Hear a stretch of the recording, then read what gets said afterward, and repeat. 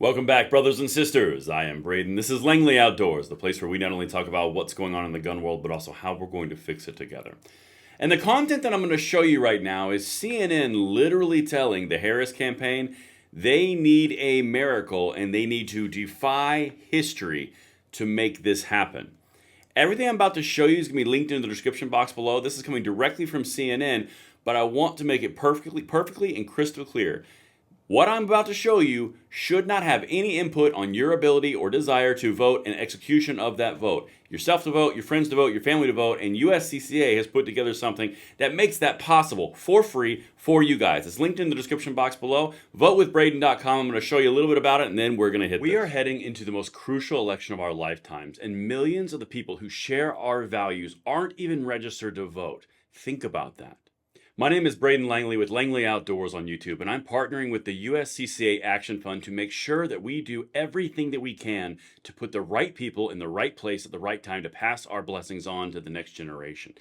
I am challenging each one of you to stand up for our God-given rights. If only half of us on this channel activate, that is 275,000 people that are active, passing on our rights and taking that civic duty to do so.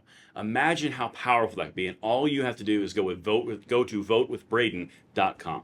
So here's what you need to do. Go to votewithbraden.com. This is the one-stop shop. All you have to do is go there. You can get your registration up to date or check to make sure you are registered. You can get your polling location. You can even get a ballot if you desire. It has never been simpler, and it takes less than 60 seconds. Again, votewithbraden.com. All right, so as we get into this, I already said my disclaimer that everyone's got to vote, and this should not impact you whatsoever because we have a country to save and Second Amendment rights to pass on to the next generation, of which, by the way, if you're enjoying this, make sure you hit that like button, subscribe to the channel, turn the notification bell on because we have got to show you some stuff coming from CNN that you would not think would be so. All right, so we're going to go over to my favorite analyst, and I've been wanting to do this ever since I got back from my trip.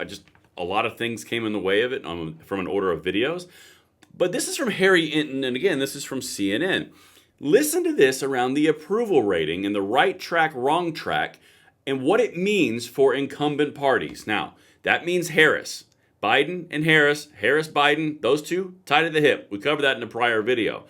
This is the same party. Here's what has happened historically in here, and they're saying it out loud. Listen to this. Kamala Harris's campaign, just 28% of Americans think the U.S. is on the right track. And I want you to put that into perspective, right? When does the average, when the incumbent party loses the election, look at that. It's just 25%. That looks a heck of a lot like that 28%, right, that currently think the country is on the right track. When the White House party wins, i.e. Kamala Harris's party, the Democrats, 42% on average think that the country is on the right track.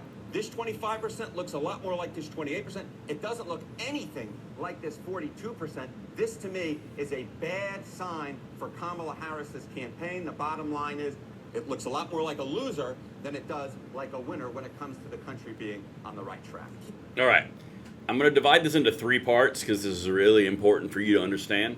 It looks like a loser when you're comparing it to the right track, wrong track numbers. Now, this doesn't mean anything's going to happen in a certain direction.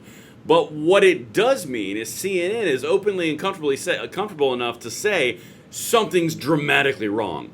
25% is when you lose, 42% is when you win, and currently it's sitting at 28%.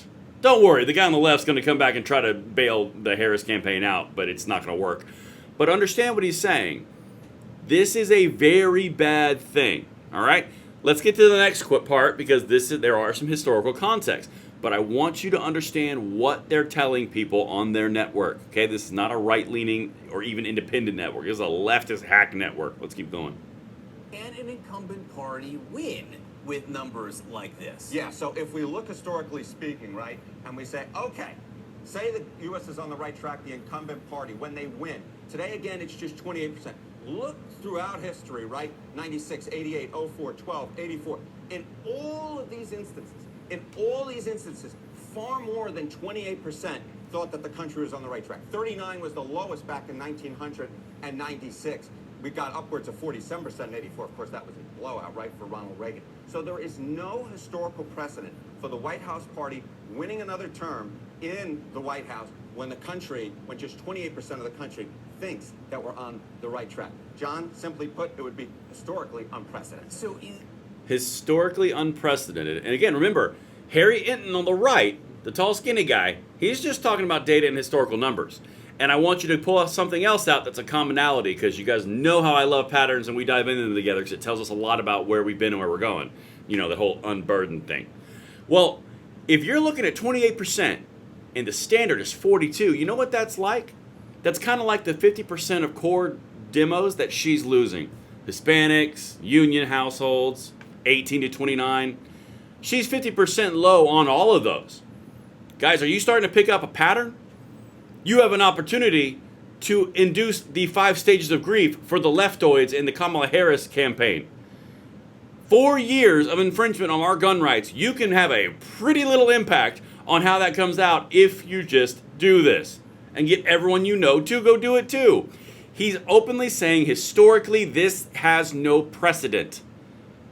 Let's keep going, because the guy on the left wants to decide or try to bail out some Democrat viewers too, because right now he hears their ears are exploding and their hair's popping out. Yeah, watch. is there any good news or interpretation or prism you can look through where Democrats can say, well, maybe it's okay? Okay. Hold on. Is there any way, for the love of God, is there anything I can twist this and spin this? Anyway, let's keep going. So let's look back to the last midterm, because sometimes history is made to be broken, Mr. Berman. All right, say the country is on the right track in midterms. Democrats had a good midterm despite this. The old low for the country saying that we were on the right track was 27% back in 1994. Of course, that was a blowout, right? The Republicans romped over the Democrats and Bill Clinton. But this particular past midterm, look, just 26% said that the country was on the right track, and Democrats did pretty gosh darn good.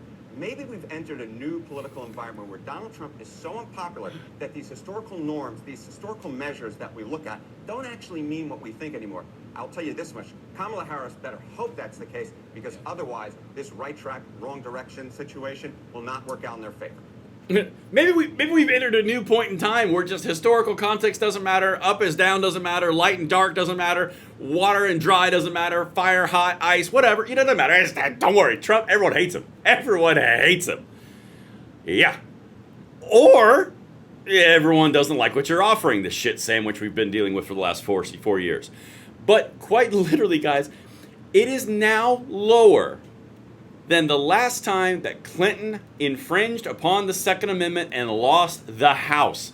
Do you understand the parallels to this? The last time it was higher than this, but still the previous low, was when Bill Clinton signed his assault weapons ban and then lost the House and the Senate and got trounced in a midterm. Remember that one? Yeah. Nothing to see there. Don't worry. Trump is such a demon that all of this stuff doesn't matter whatsoever. It's a new world. Brave new world. Oh, goodness gracious. But don't worry, Kamala Harris is in a terrible position and historically unfavored, and it would be really nervous, and she better hope that history doesn't matter. Yeah, okay. One more thing for you. Listen to the bailing here. The other thing Democrats do say is numbers like the jobs numbers we just saw, they are seeing things improve a little bit, week by week on the margins. Yeah, I would Just a say little bit, right now, if we're saying 28% of the country is on the right track, that number was closer to low 20s at the beginning of the year, so it has gone up a little bit, but still, you're very much in the danger zone when we're looking at that right track, wrong direction number. That's where Democrats are right now. They're going to have to hope that there's a historical norm broken like there was in the past midterm, because if there isn't, Donald Trump's going to end up in the White House. I will tell you. If there isn't, Donald Trump is going to end up in the White House. More importantly for me, I think it's just as important as Kamala Harris won't end up in the White House.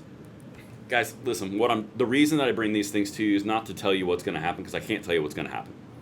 But what I can tell you is there are historical norms that have already been broken, historical lows that have never been seen before, in multiple different areas of key constituency support from the Democrats. And it just so happens that the last time the approval numbers or the right track, wrong track were this low was when Bill Clinton did an assault weapons ban in 1994 and then lost the House and the Senate, got absolutely trounced, and then said it's because we went after gun rights. Do you think there's any correlation there at all? I'm sure we can find some more later. That's what I've got for you guys. Let me know what you think, and I'll see you on the next one.